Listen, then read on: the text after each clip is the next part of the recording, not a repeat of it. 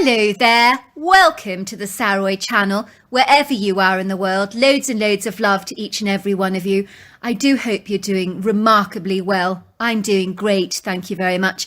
And I hope you're going to get that beverage, whatever it is. I so love hearing from you. I love hearing whether you're drinking Irish coffee or pink lemonade or whatever it is that you're drinking, because it's very interesting to me. And don't forget to subscribe to the channel. Click the notification bell and the thumbs up, and let's get started with tonight's story. Dear Sarah and all your lovely listeners, my name is Niles, and I'm from the bluegrass state of Kentucky, where I grew up on my parents' farm in the North American countryside, with my sister Joanne, my parents, and my grandmother. I've lived here pretty much all my life, surrounded by the Appalachian Mountains to the east, dreamy forests, undulating verdant hills, exquisite horse country, silvery lakes, and quaint little country towns. I may be exceedingly biased, and I probably am, but I truly consider Kentucky to be one of the most gorgeous states in America, and I would never want to live anywhere else in the entire world. Growing up, we lived in a very old Georgian farmhouse that was as pretty as a picture, and was situated in the midst of a narrow V-shaped valley, surrounded by panoramic views of the mountains, and heavily flanked by forests, flowery meadows, fields of sagebrush, and rugged country roads. I believe my grandmother was the greatest influence in my life, for as my parents were out working in the local town, my grandmother took care of us and ran the farmhouse with a steadfast efficiency and ease.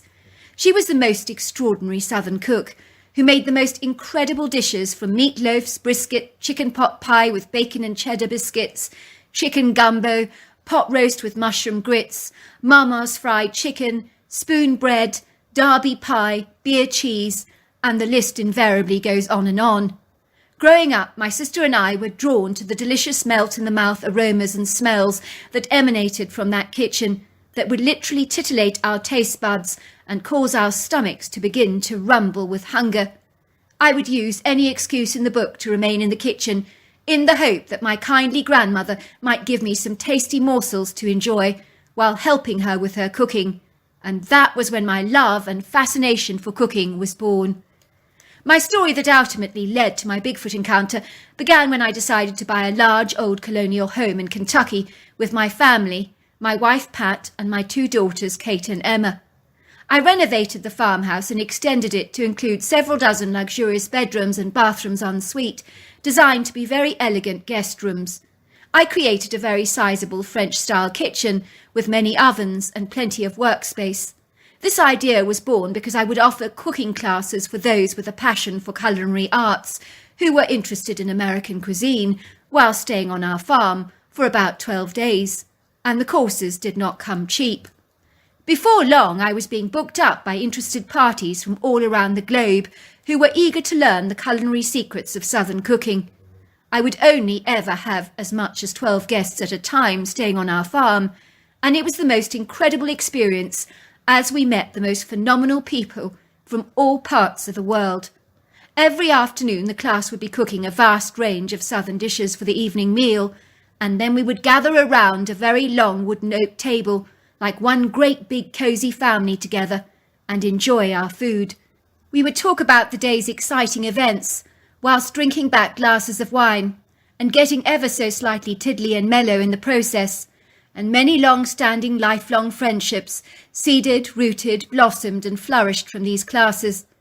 My wife's role was to take the class in the morning to various locations like a local distillery where they make bourbon and all-American whiskey, as 95% of the world's finest bourbon is made here in Kentucky. Our guests were taken to a local dairy where they would enjoy tasting a large selection of American cheeses, from Rockfords to Bries, Cheddars and Gouders. My wife also took them to an all-American diner to taste some of Kentucky's favourite local dishes for a wholesome all-American Southern lunch. And then there were visits to the local town for shopping opportunities, followed by impromptu visits to local farms where you could pick your own fruit, from berries to apples, which we transformed into delicious chutneys, jellies, jams and fruit pies. On one occasion I had only 8 guests staying with me on the farm, and one of them was a pretty young woman called Elsa Carlson from Sweden, who was quite tall and slim with long blonde hair, who simply adored food and confessed to thinking about food morning, noon and night, almost all the time. At the time, she was an aspiring Swedish food critic who wrote articles for local papers on various restaurants. And if your restaurant in Sweden did not get the thumbs up from Elsa Carlson, things did not bode too well for your business in the future. Elsa Carlson had one big fear. She was absolutely terrified of blowing up like a balloon as a result of all the delectable tasty dishes she was consuming day in and day out. "The trouble is I care about my waistline so much," she told me, "but I'm addicted and fixated to food, which is very important to me. I adore eating." She continued, "I frequently dream about a walrus with a wrinkled brown and pink hide, with long white tusks, grisly whiskers, and covered in all this blubber, relaxing on the seashore, bellowing and snorting loudly.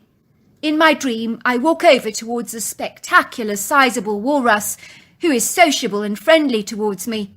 I admire how magnificent and awesome he is, as indeed he's the most colossal walrus on the beach, who has aroused a great deal of interest among all the females, who are in awe of his gargantuan, monumental size.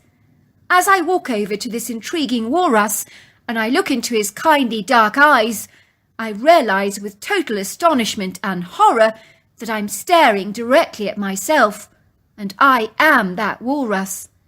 I was so shocked because in my dream this walrus continues to gain more and more blubber with every passing second, and I wake up in a cold sweat, hyperventilating and making sure that I haven't grown overnight. I'm so terrified of becoming that walrus and being trapped in all that blubber," she said. "As a result, I rise up at the crack of dawn to go running in order to burn off some of those calories, as the fear of becoming excessively fat consumes me like a raging out-of-control fire." Frankly, I can't say I was surprised by Elsa's blatant, honest confession. I'd heard this sort of thing before from people paranoid of becoming fat due to their insatiable love of food. It would seem in my line of business among many of the foodies, worries about weight gain are rife, and Elsa was no exception to this rule. Many I know have lost the battle with the bulge, as their pleasure of food far suppresses and hijacks their desire to manage their waistline. I would usually hear them say, "I'll have the lemon meringue pie today," and the diet will start on Monday. And when Monday came, the promises of food restriction had blown out of the window, rather like the vaporous steam of a kettle. Some of my guests have even said to me, "I would rather die happy while indulging in good food than be thin and miserable." I also hear from cigarette smokers who confess that if smoking robs them of a few years of life, so be it, as they did not desire to abandon the habit, as such is the power of addiction over our psyches. One day Elsa came in from running while everyone was seated around the table at breakfast, and I could see that she was out of breath, and her face was all drained of colour, and she began to shake like a jelly. I've never seen anyone tremble so much before, and I had a good mind to call out the doctor, but she waved her hand at me, insisting that she would be fine. "I've just had a very dreadful shock, that's all," she said, quickly reaching for the orange juice and draining the entire glass in a single sip. Everyone who'd been eating breakfast suddenly became very still and quiet. You could have literally heard a pin drop. They just stared at Elsa, as it was very clear that something very significant had happened to her, to cause this normally effusive and flamboyant woman to become so discomposed. "Did you have an encounter with a mountain lion by any chance?" my wife piped. "I can see something has scared you half to death." "She needs a shot of bourbon," said one of the guests. "The poor girl is shaking like a leaf." I poured a glass of orange juice for Elsa, laced with a couple of shots of bourbon, which she drank down very quickly, and before long she calmed down considerably. "Tell us what happened, Elsa," said one of the guests, a very likeable man called Scott from England. Elsa composed herself. "I'm not sure any of you are going to believe what I'm going to tell you. You're probably going to think I'm bonkers and as mad as a hatter, but I swear to you, I'm not making any of this up. But if you don't believe me, I can honestly say I will not blame you for that, because if I was wearing your shoes, I would most certainly not believe me either. Last night I had a dream about the walrus, and as you can imagine, I broke out in a cold sweat all over again, with the dreadful, all-consuming fear of getting fat overtaking me, which always gives me an obsessive desire to immediately start exercising.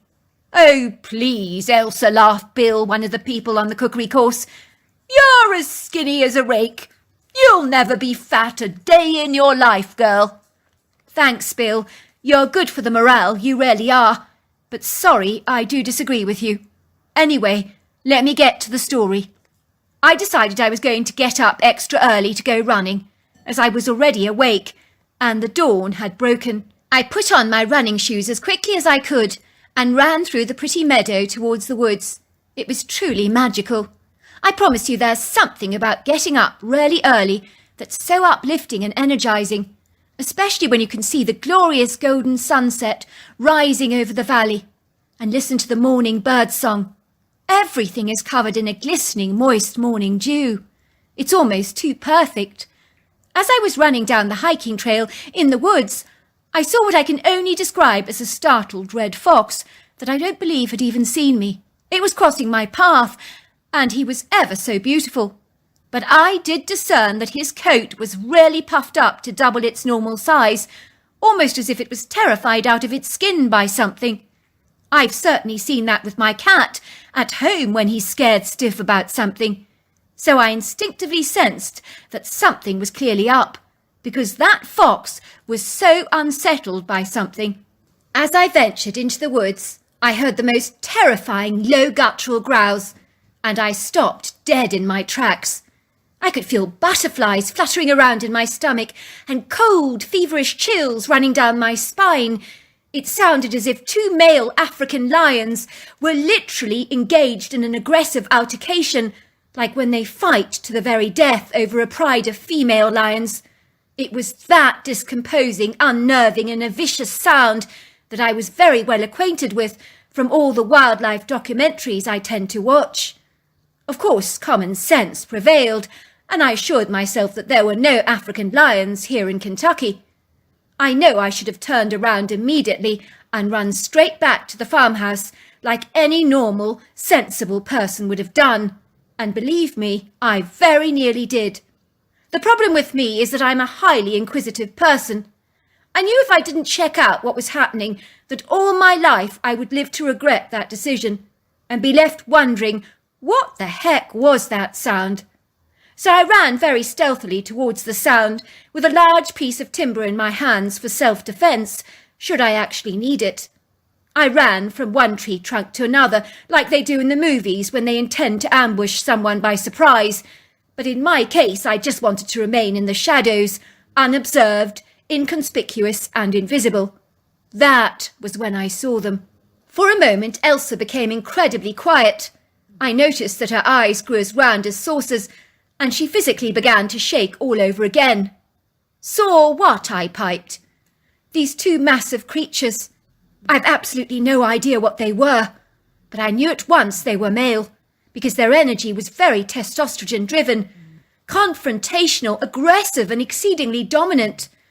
Both of these creatures were consumed with rage, and their anger was so tangible and robust that I kid you not, their thunderous movements literally caused the ground beneath my feet to vibrate. I knew at once that they weren't bears, but they were covered from head to toe with long hair. The smaller of the creatures was a silvery grey colour, and the other creature was completely black, raven black. The creatures stood up straight on two powerful legs. I noticed they possessed very long arms and human-like hands with tuft of hair growing up to the knuckles on their fingers. I promise you, these creatures were so human-like, it was almost alarming, because every aspect of them was so like us, with the exception of the long hair that graced their bodies and the peculiar arch-shaped heads. I would say each creature was possibly equivalent to 4 men, because they were that huge. And when I say huge, I mean they were quite literally giants, with barrel chests and powerful bodies. And I guarantee you this, that they would make the strongest man in our world look puny and pathetic by contrast, and I'm not even remotely exaggerating when I say this. I've never seen two critters fight like this before. I mean, those bullfights you see in Spain pretty much are like cherry-picking compared to what I was witnessing. It scared the living daylights out of me because it was so brutal. Every punch was devastating, almost like a sledgehammer going right through the skin and literally bursting it open like a boil.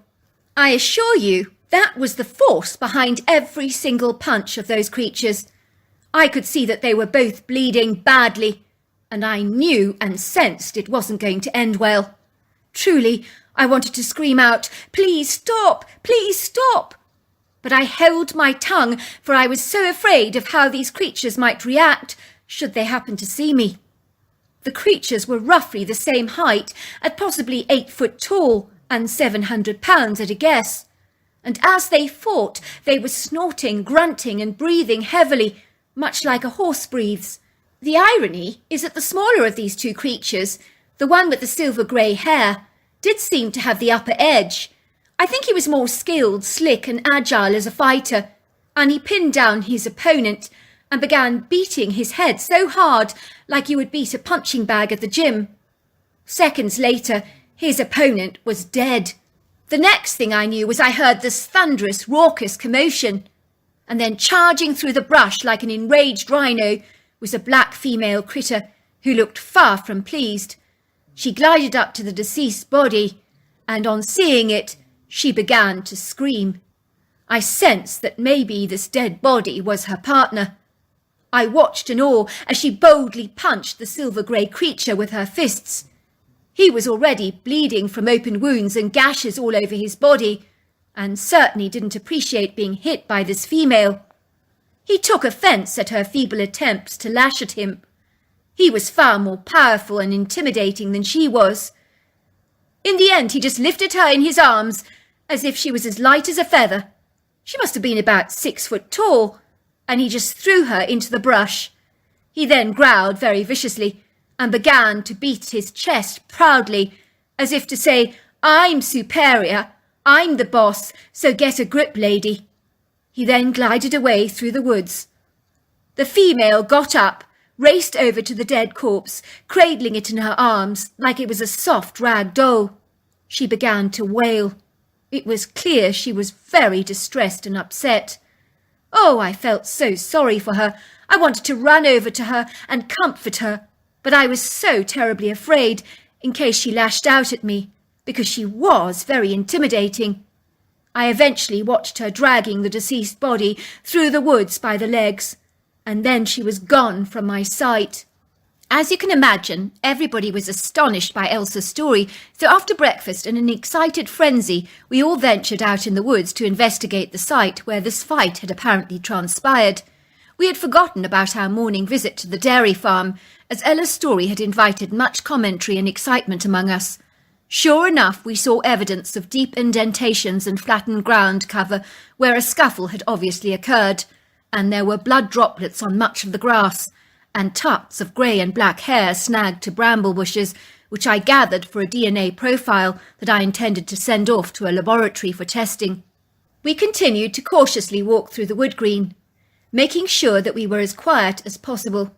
I did discern that everything was unusually still, so much so that all you could hear was our feet trailing through the brush, crunching twigs and leaf litter, but there was absolutely no bird song. I was heartily relieved and glad to be carrying my rifle, because as crazy and as incredulous as this may sound, I truly perceived we were in close proximity to an apex predator. I'm pretty certain that this is the feeling that must overcome most wild animals when they sense danger is close by, because I promise you, I'm not exaggerating when I say that I could almost taste it in my mouth like a flavour. I glanced around at the rest of our group and could tell that they were all feeling unsettled, discomposed, and very much on edge. All of a sudden we heard a wailing sound, and that was when we observed this big bear-like creature sitting close to a sizable mound, which looked like a burial plot, that was covered in sticks, positioned in such strategic ways that they looked ominously like markers with significant meanings behind them. The creature was cuddling a small little youngling in her lap that was so tiny and covered in dark hair, and they were sitting next to the grave. I was certain this was the partner of the deceased male and its youngling. All of a sudden, one of the men in our group sneezed, and the creature turned around and came gliding towards us, and when she saw the 8 of us hiding behind a tree, she curled back her lips and began to scream. The sound that came out of this creature was utterly terrifying, so much so that we began to run through the woods as fast as we could towards the farmhouse, while the creature began to chase after us, and was even throwing stones at us. Everyone was terrified, and 2 of our guests were actually crying. My wife actually had little sympathy for us when we got back. "You deserve what you got," she told us. "You were spying on a grieving widow who clearly has lost her partner. How could you be so insensitive? If I'd been in her shoes, I would have done exactly the same and hurled stones at you too. You were invading her space and privacy. No one wants to feel crowded, especially when you're grieving." To cut a long story short, everyone was intrigued by what we had seen, but no one could fathom what on earth it was, and the only conclusion that we could reach was that it was a wild woman. I wish I knew why the 2 male creatures had been fighting to the death in the first place. It occurred to me that they could be different species of these creatures, which might explain the obvious discord, hostility and hatred that they experienced towards each other. I now know, all these years later, that the creatures we saw were actually Bigfoot, and I truly regret that I never sent the hair to the laboratory for DNA testing, as now the evidence is very much degraded. My wife informed me that she took a basket of fruit and flowers to the grave in the woods for the wild woman, and the following day she received a couple of river stones on our doorstep, so it seems we made peace and amends with the Bigfoot. I realised with a great deal of infuriation that, as usual, my wife was absolutely right. We should have left her alone to grieve. So there you are. That's my story. Wow, what a fabulous story. If you enjoyed it, don't forget to subscribe to the channel. Until next time, goodbye and good night.